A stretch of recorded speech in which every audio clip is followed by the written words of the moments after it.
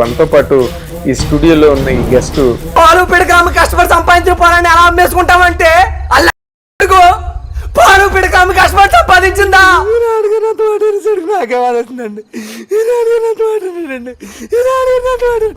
అబ్బాయి స్క్రీన్ మీద కనిపించగానే ప్రతి ఆడియన్స్ కి గుండెల్లో తెలియకుండానే ఒక ఆనందం క్రియేట్ అవుతుంది. దీనిపై మీ స్పందన ఏంటి? స్పందనతో అస్సలు టచ్ లో ఉండట్లేదు. విత్ ఇన్ 2 minutes సుప్రీంకోర్టు నుంచి నాకు కాల్ రాకపోతే ఈ కార్ని ఎక్కడే తగలబెట్టేస్తాం. ఈ కార్నే కదా పోలీస్. ఇప్పుడు నేను ఏం చెయ్యాలి? తినాలి. నాన్నగారికి ఫిక్స్ అవటం వల్ల సడన్ గా ఏదైనా వర్క్కి వెళ్తే ఆయన కళ్ళు తిరిగి పడిపోవటం ఇలాంటివి జరుగుతూ ఉండేమాట. ఒక టాబ్లెట్ ఉండేది క్యాపిటల్ 200 అని, 12 రూపాయలు అండి. దానికి కూడా చాలా ఇబ్బంది పడేవాళ్ళు అన్నమాట.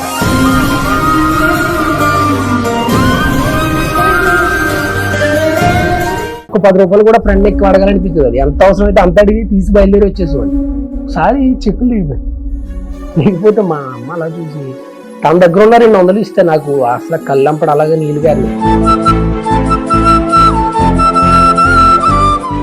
టాటాకి ఇంట్లో ఆ వాటర్ పడుతుంటే దాన్ని ఏమంటారు, నీరు కారిపోతుంటే అవన్నీ గుండుగులు దాకలో పెడుతుంటే మూలక పడుకుని ఈ రోజులు చూడటం వల్ల నాకు ఏమనిపించింది అంటే హైదరాబాద్ ఇల్లు మీద లేదు నాకు ఎప్పుడు. ఊర్లో అదే ప్లేస్ లో మనం ఇల్లుకి ఇబ్బంది పడ్డాం కాబట్టి అక్కడ మనం ఇల్లు కట్టాలన్నది బలంగా వెళ్ళిపోయింది బ్రెయిన్ లో. రంగస్థలం ఇక్కడైతే రిలీజ్ అయింది సుకుమార్ గారి వల్ల. ఒక ఇల్లు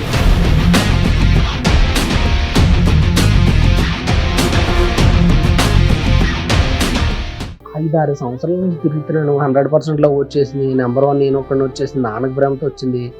ఈయన వచ్చి ఈయన అసలు నన్ను ఎక్కడ పెట్టట్లేదు ఏంటి, కుమార్ 21 వచ్చింది ఫీల్ అయిపోయి ఇంక నేను లోపల కొంచెం సార్ ఏంటి ఇలా చేస్తున్నారని ఫీల్ అయిపోయింది. నేను ఫుల్గా ఫీల్ అయిపోతే సడన్ గా కాల్ వచ్చింది. సుకుమార్ సార్ మన సమంత గారికి రామ్ చరణ్ గారికి పరిచయం చేసి, నాది కొంచెం పొల్యో టైం స్లాంగ్, వీడు ఎలా మాట్లాడుతున్నాడు యాజ్ ఇట్ ఈజ్ ఇంటేక్ చేయండి మీరు అని చెప్పి అంటుంటే సమంత గారు పిలిచేవారు, చరణ్ గారు పిలిచేవారు, ఇద్దరు ఒకేసారి పిలిచేవారు. ఏదైనా డైలాగ్ ఉంటాం ఓ అమ్మ అనుకున్నాను నేను. వచ్చిన ఫ్రెండ్స్ కూడా పరిచయం చేస్తూ ఉండేవారు పాపం. ఆయన ఎవరైనా ఫ్రెండ్స్ వచ్చారనుకో ఒక ఫ్రెండ్ లాగానే పరిచయం చేసేవారు నన్ను. ఇదేదో చిన్న ఆర్టిస్ట్ ఇదేదో చేస్తున్నాడు అన్నట్టు ఇప్పుడు చూడలే. అది వాళ్ళకి అసలు వాళ్ళ బ్లడ్ లోనే లేదబ్బా. అసలు అది ఇప్పుడు 8 years అయిందండి. ఇప్పుడు మొన్న ఈ సినిమాకి వెళ్ళా పెద్దకి. నేను అన్ని ఫాలో అవుతున్నాను రా, చాలా బాగా సక్సెస్ అయ్యావు, అప్పుడు మీద చాలా హ్యాపీ. మహేష్ బాబు గారు రంగస్థలం చూసి ఆ కుర్రోడు ఎవరు అని ఒకసారి ఇంటికి పిల్లండి అని చెప్పి అడిగితే, ఒకసారి చూడండి అబ్బాయిని మీరు ఎప్పుడైనా కలిసినప్పుడు వచ్చినప్పుడు తీసుకొస్తారా అని అడిగారు. మహేష్ బాబు అందరూ చూడాలనుకుంటారు, మహేష్ బాబు ఈ మహేష్ని చూడాలనుకుంటారు.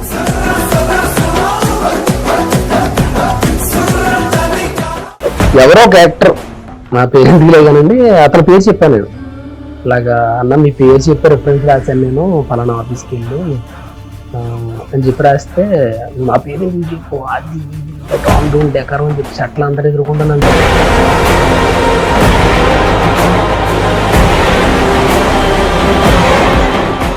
అవునా స్వప్నకళ వైజయంతి మూవీస్ ఎవడే సుబ్రహ్మణ్యం గారి నుంచి వాళ్ళ సంగీతం శ్రీనివాసరావు గారి సినిమా దాకా అక్షరాల 10 సినిమాలు ఇచ్చారంట. కల్కి సినిమాలో ఒక క్రౌడ్ షాట్ పెట్టి చిక్కు పంపించారంట వాళ్ళు.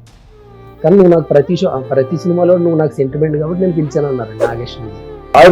సావిత్రి గారిని మోసం చేసిన దుర్మార్గుడుగా నిన్ను ఎవరు మర్చిపోరు. అవునండి, వీడి పెడితే కూడి లేకుండా చేసేసామని చెప్పి ఆడవాళ్ళు అయ్యి అంతా మన స్టార్టింగ్ లో వీళ్ళగా మంచుకుంటారు, డబ్బులు దొబ్బేస్తారు, నమ్మకూడదు మనుషుల్ని అంటున్నావు ఆవిడ.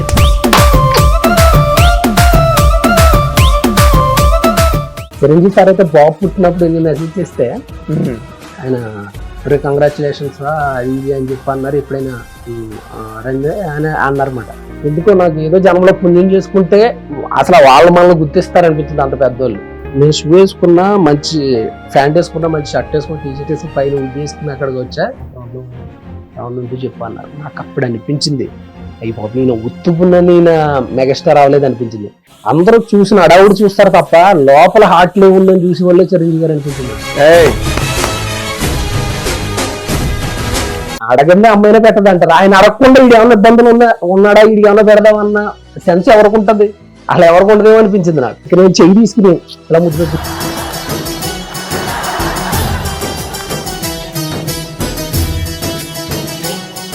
హిట్ టీవీ అభిమాన ప్రేక్షకులకు స్వాగతం. నేను మీ Nagendra Kumar. Welcome to my personal program my special touch. ఇప్పుడు మనతో పాటు ఈ స్టూడియోలో ఉన్న ఈ గెస్ట్ చాలా చాలా తమాషా అయిన, చాలా గమ్మత్తైన గెస్ట్ అండ్ మంచి అంటే ఆడియన్స్లో తక్కువ టైంలో ఎక్కువ మంచి పాపులారిటీ సంపాదించుకుని ఆ అబ్బాయి స్క్రీన్ మీద కనిపించగానే ప్రతి ఆడియన్కి గుండెల్లో తెలియకుండానే ఒక ఆనందం క్రియేట్ అవుతుంది. తను చేసిన పెర్ఫార్మెన్స్తో మరి ఇంకొంచెం ఆనందం రెట్టింపు అవుతుంది. అండ్ అటువంటి ఇమేజ్తో, అటువంటి గుర్తింపుతో ముందు జబర్దస్త్లో తన ప్రయాణం ప్రారంభమైనప్పటికీ తర్వాత రంగస్థలం సినిమాతో ఒక టాప్ గేర్లోకి వచ్చాడు. తర్వాత ఎన్నో సినిమాలు, ఒక మహానటి ఏంటి, 118 ఏంటి, ఎన్ని సినిమాలు, ప్రతిరోజు పండగే, ఎన్నో సినిమాలు అన్నిట్లోని యాక్ట్ చేస్తూ ఇప్పుడు సినిమా పరిశ్రమలో ఒక స్టేజ్కి, ఒక లెవెల్కి వచ్చాడు ఈ వెస్ట్ గోదావరి అబ్బాయి. కాబట్టి ఈ అబ్బాయి పేరే ఆచంట మహేష్. ఇప్పుడు మనతో పాటు స్టూడియోలో ఉన్నాడు. ఆయన కెరీర్లో ఉండే ఎత్తుపల్లాలు, ఆటుపోట్లు, ఆనందాలు, విజయాలు, సెలబ్రేషన్స్ అన్నిటి గురించి అడిగి తెలుసుకుందాం. Welcome to the program. నమస్తే. నమస్తే. మాది ఈస్ట్ గోదావరి అండి. అదేలేండి, ఏదైనా ఈస్ట్ అయితే నేను, వెస్ట్ అయితే నేను. పుట్టడం వెస్ట్ గోదావరిలో పుట్టాను. మరి అయితే కరెక్ట్ గా చెప్పారు. చిరంజీవి గారు ఆయన అదే అక్కడ చదివింది. మీ ఎవరికైనా చిరంజీవి గారికి ఎరా పెట్టరేసు. ఆయన బేసిక్ గా అక్కడే చదివారు, నర్సాపురం అండి, వైఎన్ కాలేజ్ లో. అక్కడే మా నర్సాపురం పుట్టమాట అండి. నేను కూడా మిస్సమ్మ హాస్పిటల్ అని ఫేమస్ అండి. బేసిక్ మాది ఈస్ట్ గోదావరి. మా అమ్మమ్మ గారిది సైనిటిపల్లి లంక, రేవు దాడితే అవతల నర్సాపురం. అక్కడ చిన్నప్పటి నుంచి అంటూ ఉండేవారు.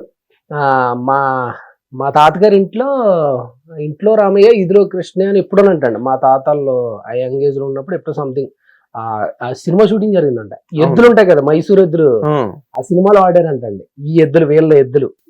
అలా బాగా చెప్తూ ఉండేవారు, చిరంజీవి గారు అప్పుడు ఎక్కడికి వచ్చారు షూటింగ్ కి, అది ఇది అని చెప్తే తెలియకుండా నేను వైఎన్ కాలేజీలోనే చదవాలని చెప్పి ట్రై చేశానండి. నేను ఆయన చదివారని చెప్పి అక్కడ సీటు కోసం ట్రై చేశాను. కట్ చేస్తే మనకున్న ఇబ్బందుల మేరకు మనం ఈస్ట్ గోదావరిలోనే చదవాల్సి వచ్చింది. అంటే హాఫ్ డే వర్క్ చేసుకుంటూ హాఫ్ డే చదవటం ఉంది. అదైతే మార్నింగ్ వెళ్తే సాయంత్రం దాకా రావటం. ఈ ఫైనాన్షియల్ సిచ్యువేషన్స్ వల్ల నేను మా ఊర్లో చదివా. కానీ ఫస్ట్ అక్కడ ట్రై చేశాను నేను వైఎన్ కాలేజీలో. ఆయన చదివారని కేవలం బీకామే చదివానండి. బీకామే అంటే సగం వర్క్ చేసి సగం చదవడం అంటే ఏంటి? ఏం వర్క్ చేసేవాడు? అంటే బేసిక్ గా అండి ఊర్లో మనకి కొబ్బరి ఇండ్లు ఉంటాయండి. మనకి కొండ చీపులు టైప్ వస్తాయి కదా. అవును, కొబ్బరి చీపులు. అవును, అవి మనం పొద్దున సాయంత్రం దాకా నేను అవి నార్మల్ చీపుర్లు ఉంటాయి, వాటిని మనం వైరేసి కట్టి దానికి ప్లాస్టర్ కింద ఉంటదండి, అది కట్టి చేస్తే మనకి సాయంత్రానికి ఒక 100-150 సంపాదించుకోండి నేను.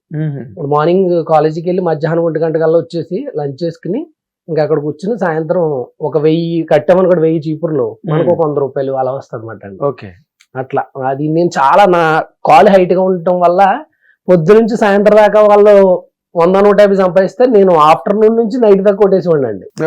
వాళ్ళు చాలా అది కొబ్బరిళ్ళు కొనటం, చెరువుల్లో నాసు అని ఉంటారండి, నాసు, ఆ చెరువుల్లో నాసు పడుతుంది అన్నమాట, నాసు తీయటం, అలాగే చిన్న చిన్న అలా చేసుకుంటూ పేపర్ వేయటం అండి. పేపర్ వేసేవాడిని. పేపర్ వేసి స్కూల్కి వెళ్ళటం అవన్నీ చిన్నప్పటి నుంచి. బేసిక్ గా మా నాన్నగారికి ఫిట్స్ అవటం వల్ల సడన్ గా ఏదైనా వర్క్కి వెళ్తే ఆయన కళ్ళు తిరిగి పడిపోవటం ఇలాంటివి జరుగుతూ ఉండే అన్నమాట.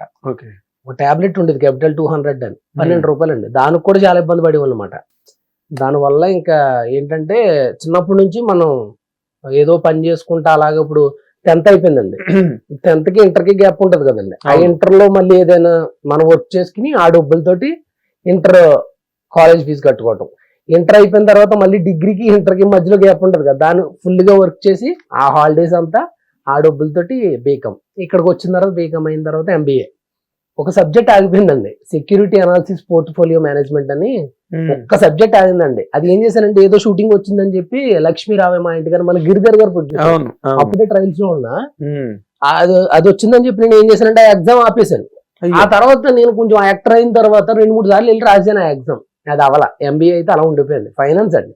బేసిక్ గా మనం ఏంటంటే కొంచెం ఎక్కువ తెలియదు కదండి, మన అంత ఇంగ్లీష్ వీక్ అవటం వల్ల తెలియదు. కానీ బీకామ్ అయిన తర్వాత డిస్టెన్స్ లో MBA చదువుతూ నైట్ కోకోకోలా జాబ్ చేస్తూ అప్పుడప్పుడు క్లాసెస్కి వెళ్తూ. హిట్ టీవీ యాప్, ఇందులో short news, live news, entertainment shows, movies, digital magazines తో పాటు మీ జిల్లా వార్తలను కూడా ఫ్రీగా చూడొచ్చు.